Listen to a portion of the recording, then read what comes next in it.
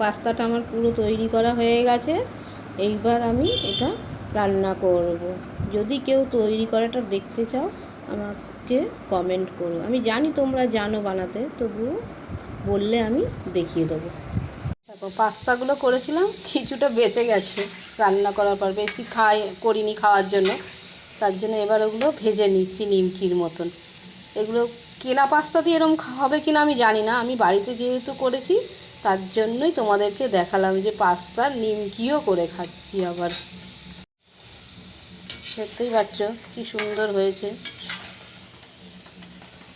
দেখো। এবার এক এক করে এগুলো ভেজে নেবো লাল লাল করে।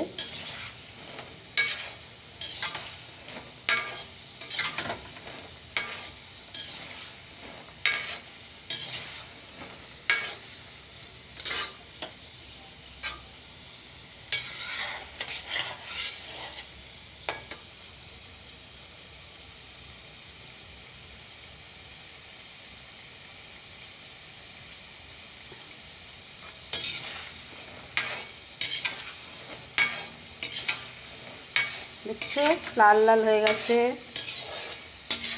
এরকম করে তোমরা ভেজেও খেতে পারো বাড়িতে বানিয়ে।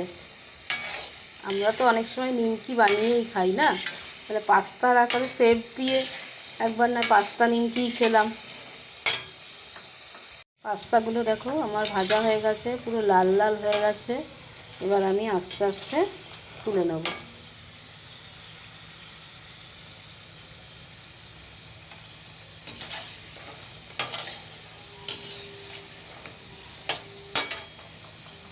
দেখো এবার থেকে থেকে তুলে নিচ্ছি।